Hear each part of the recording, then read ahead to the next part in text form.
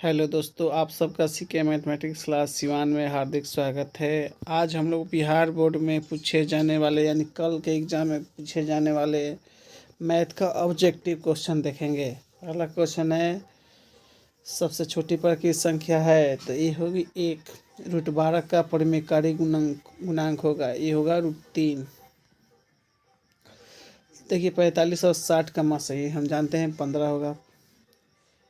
एक अशून्य परिमेय और अपरिमेय संख्या का गुणनफल हमेशा होता है अपरिमेय होता है। यूक्लिड विभाजन एल्गोरिथ्म दो धनात्मक पूर्णांकों के निम्न में से किसे परिकलित करने के लिए तकनीक है। इसकी सहायता से मौसा निकाला जाता है यानी HCF। यदि P एक धनात्मक पूर्णांक है तो धनात्मक सम पूर्णांक क्या होगा? ये होगा 2P। अगला है, किसी धनात्मक पूर्णांक क्यूब के लिए धनात्मक विषम पूर्णांक क्या होगा? तो ये 6Q+1 के रूप का होता है। अगला क्वेश्चन है, यदि दो संख्याओं का गुणनफल 21 है, उनका मसा 19 है तो उनका लसा क्या होगा? इसके लिए हम क्या करेंगे, 19 से 21 से 66 में भाग देंगे तो हमारा आएगा 114। अगला है, ए दिया है बी दिया है, इसका लसा पूछा है। लसा में अधिकतम पावर देखते हैं, क्या देखते हैं दोस्तों?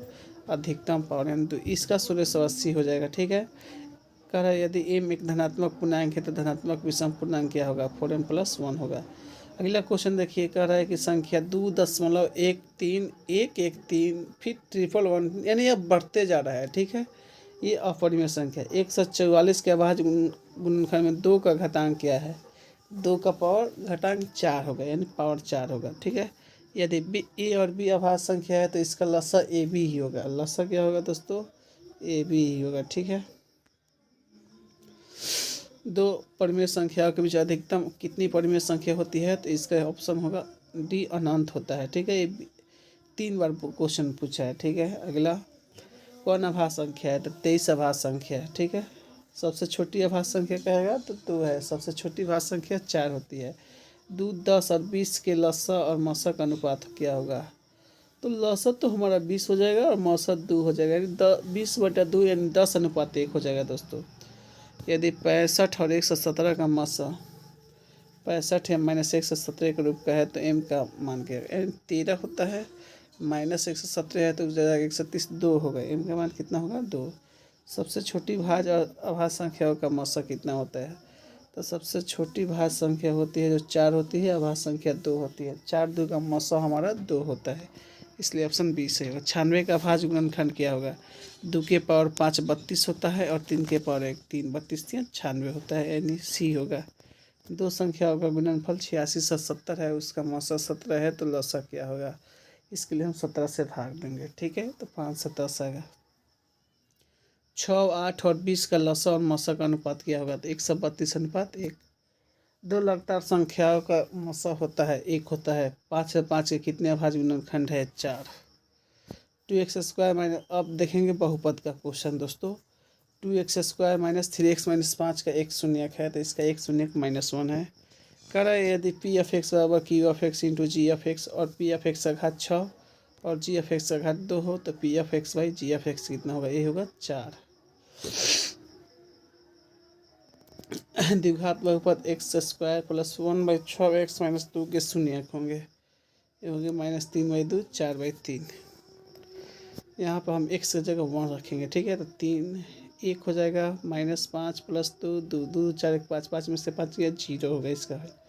y² - 6y + 8 का घात, इसमें अधिकतम पावर कितना है? 2, इसलिए घात भी कितना होगा? 2। बहुपद x² - 11 के शून्यक है तो इसका एक +11 √11 होगा और एक -√11। कौन बहुपद है? तो √2x² - 3 √3x + √6 बहुपद है। कौन बहुपद नहीं है? ये कभी बटा में नहीं होता है, x यानी 1/x+1 नहीं है। द्विघात बहुपद x² + 3x + 2 के शून्यक है तो इसके दो शून्यक है, -1 - 2।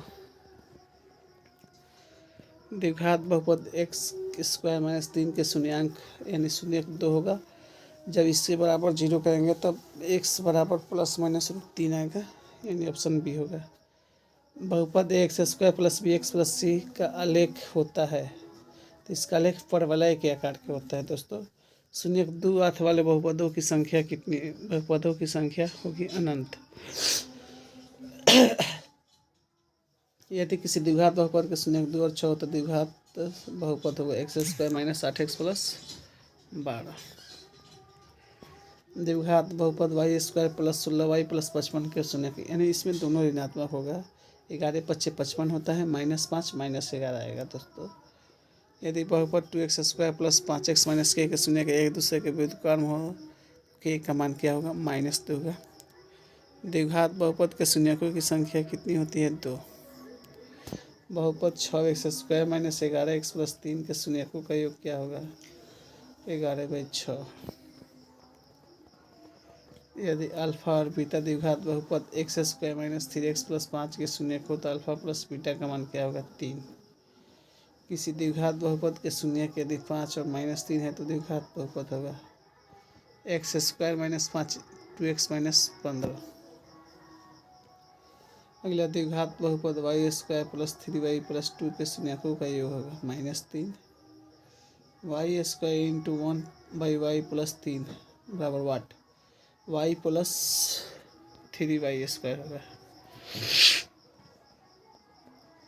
शून्यकों का योग -b ये होता है, यानी 14/5 हो जाएगा।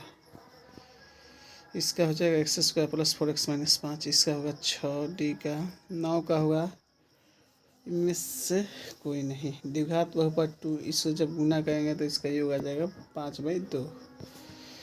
निम्न में किस द्विघात बहुपद के शून्यकों का योग 3 और गुणनफल -10 है? तो इसका x square minus 3x minus 10 का है। चलिए अब चलेंगे दो चर वाला रैखिक समीकरण में दोस्तों। दो चर x y में रैखिक समीकरण ax plus by plus c बराबर 0 के कितने अधिकतम हल होंगे? तो इसके अनंत हल होंगे। यदि दो चर का में दो रैखिक समीकरणों के आलेख प्रतिच्छेदी हो तो हलों की संख्या सिर्फ एक होगी। चलिए आगे हम देख रहे हैं क्वेश्चन।